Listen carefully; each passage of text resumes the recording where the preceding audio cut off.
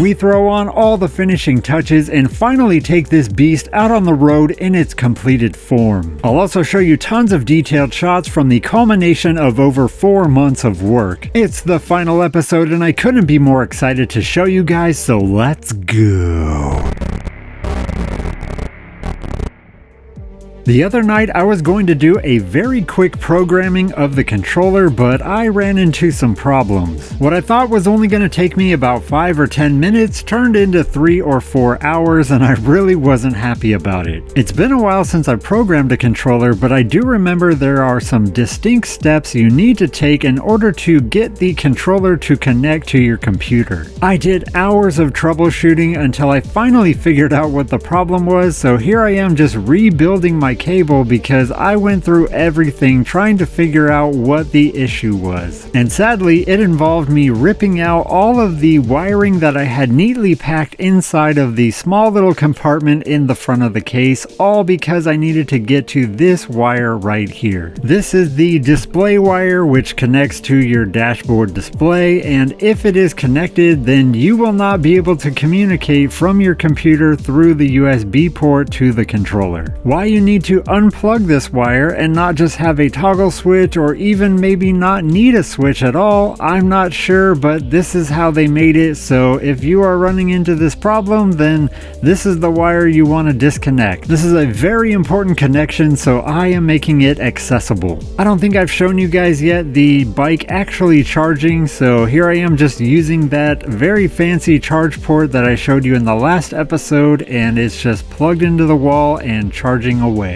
Now that I have all my controller connection issues sorted out, I can start programming the regenerative braking. Just plug the fat side of the USB cable into your computer, then the other side into the controller. Make sure that your display cable is not connected. Fire up the Sabaton app, and then finally, after messing around with your drivers forever, you can get that RX LED blinking, which means your controller is connected. I'm just bumping up the regen. I had set it to 70 and I wanted a little bit more, so here I am setting it to 100 amps. Just go to debug, parameter store, and then you can exit, and it should be on the controller now. You don't have to worry about forgetting to plug in this cable because your bike will not turn on unless it is connected. I really hope in the future they can update this whole programming procedure because it is not intuitive, and no, the Bluetooth module does not fix much. I had to wait quite a while for these screws to arrive, and although they are just a minor part of this build, they are titanium coated, which I don't really care about other than the fact that they are very shiny and gold. I was also waiting on some other screws to arrive, and I hope they can by the time this episode is finished, but if they don't, then I'll have to figure out something else. I do think just the standard black hardware would look really good, although I did want to give just a little bit more accent because you will be able to see part of that gold battery at different angles, and I thought this would just be a little more complimentary. The screw swap was going extremely well, and I was just really happy with how everything was looking, and then I ran into this problem. These side panels just didn't want to line up anymore, and I got 3 out of the 4 screws to fit, but that last one at the bottom was just way too low on both sides, and I have no idea how that happened. I can assure you that everything fit when I originally designed them, so I don't know what happened, but something happened, and here is my fix. I'm just making a new hole, and I am going to have to cut those panels ever so slightly. It really wasn't too big of an issue, although it was something I wasn't anticipating, and it was a bit nerve-wracking because if I messed up cutting those side panels again, I would have to start over from scratch, and I really didn't want to do that at this point of the build. Does anyone need 3 USB charge ports on their bike? No, not at all, but I already had them connected, so why not utilize them? Now, I was being very mindful not to over tighten these screws because if you do, this acrylic is going to Hey, what's that on the left side of the screen? Do not look at the right side of the screen. So maybe I should have left just a little bit more material on that end, but I'm just gonna super glue this here and we're not gonna tell anyone about it. is the right thing to do to completely remake this panel from scratch and go through all the steps. Yes, it is, but I am not going to do that right now because I don't have the time and I really don't want to, but I will fix that and make it perfect in the future. And speaking of other things that need to be fixed, you guys know in my last episode I did a little experiment with some hot glue and spray mount, and it did not want to stick to this foam. I was convinced that hot glue stuck everything together, and it did stick for a while, but I think this is the only material I know of that hot glue doesn't really work that well on. But super glue does work extremely well on this foam. I think it's actually stronger than the foam, so if I ever want to separate these, I pretty much have to rip them apart. If I did get in a crash, these would be the only things still stuck together. Carrying over from the original iteration of this bike, I did have a placard on the front of it, but I used that for my third bike, which I no longer have, so I have to make another one. It is very similar to the one I had made previously, but this one I'm gonna try a new technique on, and I hope it comes out okay. This is 2 layers, so the first layer is the darker tint that is gonna match the rest of the panels on the bike. I'm also gonna be putting on a top layer that is clear, which also has some etching, which is going to react so much better to the LEDs. Here you can see the 2 layers, and this is the clear layer, and as you can see, I've etched kind of like the background, but it's only in singular lines, like scan lines on a TV. I tried this idea because I wanted the front panel to match the rest of the other panels as best as I could, but still wanting it to be LED reactive, and as you can see here, this is kind of the effect that you get when you add LEDs on the edge of the acrylic. I had never tried this before, so I really didn't know how it was going to turn out. I didn't know how thick I should make the lines, if I should do them thicker or thinner, but this was just my wild guess, and it actually worked out pretty well. This was kind of my workaround to allow a tinted panel to also have some edge-lit reactivity. You can't really see the lines all that much when the LED is turned off, so it basically looks like the other panels, although you can see a slight more grayish tint to it, which is fine. Although I must admit that the white lines do detract from a lot of the contrast, so the panels don't look exactly like the other ones. If I had more time, I would have experimented more with line thickness, because if the lines are thinner, then you're going to get that more contrasting look, but you're also maybe not going to have as much reflectivity from the LEDs. I could have also done the lines horizontal, and I think that actually might have looked better, kind of like some 80s scan line from like RoboCop's Vision or something like that. Although I did like this effect and I thought it looked cool, I eventually went with my original design to have the entire logo be edge lit, and this was more pleasing to me, although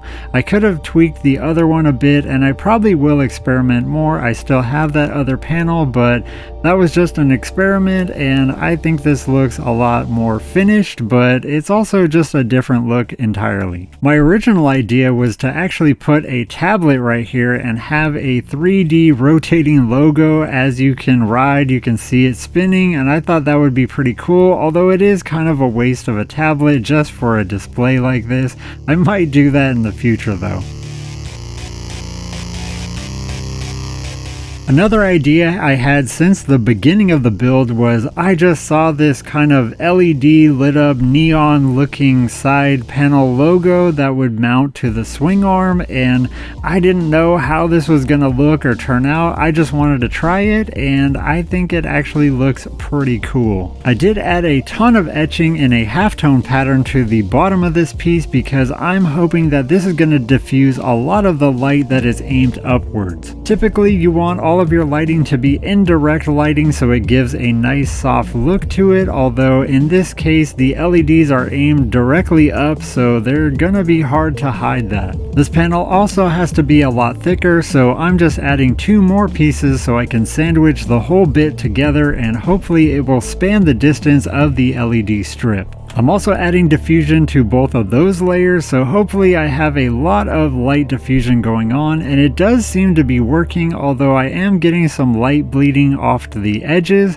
but I'm going to try and tackle that with some other solution. I had no idea how this was gonna look when I actually made it in real life. It was just some idea that I had in my head, but it is actually turning out to look pretty cool, and it is very bright. And of course, it's also gonna change colors with the rest of the LED strips, so you can just change that however you want from the dashboard. I did want to try for even more light diffusion, so I'll have to come up with a solution for that later.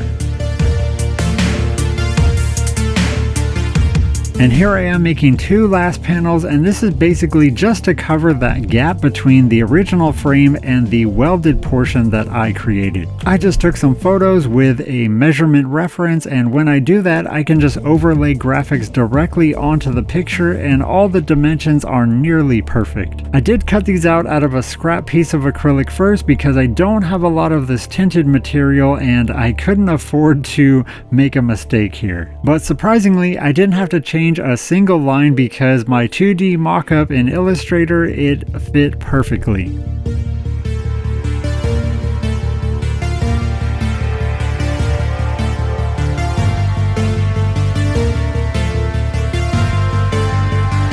There was only one real issue with these panels, and that was the bottom panel didn't quite have enough material between, so this bottom piece that I used as a spacer wasn't thick enough. I didn't want this to keep rattling around, so the easiest fix was just to cut another little piece to stuff under there to make it thicker, and once I did that, everything was fine. I only had one chance to get this panel right because, as you can see, that is one of the cracked panels that I'm reusing, so if I messed up this cut in any way, I would have had to gone back to the store and get more of this tinted acrylic. I was thinking about just etching the logo, but I did want to see as much of the paint job underneath as possible while still masking that gap between the frame pieces, so this was my idea, to just cut out the logo instead of engraving it, and I think it looks pretty cool. This build actually got pushed back because of these screws right here, and I was waiting on some black ones. They actually showed up the day after I was done filming this, which is always unfortunate. So my workaround was to just paint some of my silver ones gold to have them somewhat match the other ones that I had purchased. Even though it's not an exact match, it does look similar enough. This was the first time I saw the bike with all of the panels on it, and I have to admit, I think it looks really good. I actually couldn't believe that I was closing in on finishing this project just because I had been working on it for over 4 months now. These were the last little finishing touches that I needed to put on the entire build, was just these little end caps for the potentiometers. With those now on there, there is only one thing left to do on this entire build to conclude it,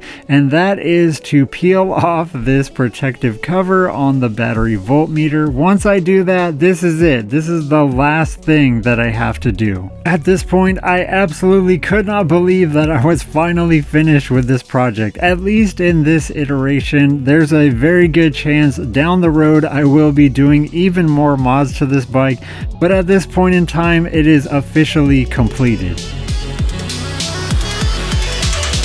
So what is it like to ride it? I can honestly say beyond a shadow of a doubt that this is the most powerful and fastest e-bike I have ever ridden. The amount of power that this bike has is just complete and utter overkill. The amount of torque this machine has is just truly bonkers, and the exhilarating rush, that acceleration is just, I can't even really describe it. The only real way I can describe it as just amazing. It just feels incredible to go this fast this quickly. Now, I am not an adrenaline junkie or anything like that, but even I cannot deny that this feeling, this exhilarating rush of acceleration and all of that power, it is just incredible. It's almost otherworldly, and it is definitely terrifying, but the overall sense I get every time I ride this bike is just, wow, This thing is really fast. I did end up doing some speed runs for you guys just because even myself I was curious as to what the top speed of this bike is. But I do have to tell you guys that going over 50 miles per hour on any type of quote-unquote bicycle and lightweight bike like this is a very scary feeling. With that being said, this bike did top out at 60 miles per hour, which on any bicycle is an insane amount of speed. Although I do admit that I did think it was going to go a little bit faster than this, not too much faster, but I did. You can see right there I hit 60 miles per hour. I'm sorry I couldn't get it all in camera. I was too busy trying not to die. From my calculations of how much power I have, I figured I should be in the 65 to 70 mile per hour range, but for whatever reason I tried all the settings. I tried different flux weakening, I tried every single setting that I could to try and push the top speed a bit more, but it just wanted to top out at 60, and I am totally okay with that. But if somebody does know anything that I can try, I am willing to try and push it, although it is a bit terrifying to do it, but I am going to do it for the sake of curiosity. I see a bunch of people throwing numbers around that their bikes go 80 miles per hour. This is why I always show you guys with a GPS, because what is displayed on your dashboard most of the time is going to be a higher number than you're actually going. Although I am of the mind that top speed is not the end all be all, and these bikes really aren't designed to be freeway cruisers, although I guess technically you could. The only times I would get even close to 60 miles per hour while regularly riding this bike would be to literally want to scare myself. I love everything about this bike, especially the performance, and I couldn't be happier with how everything turned out.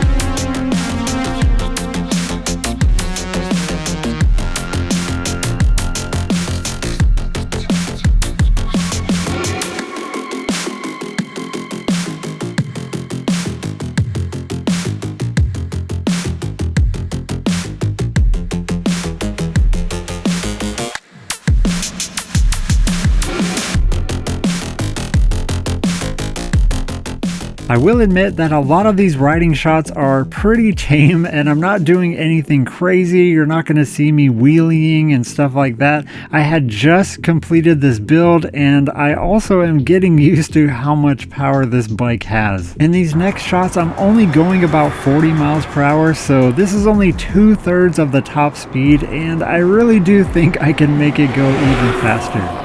A lot of effort went into not only the looks but also the functionality of this bike, and remember, this was my very first welding project. I honestly couldn't be happier with how all of the little elements that I crammed in here all tie together, and I think it looks amazing.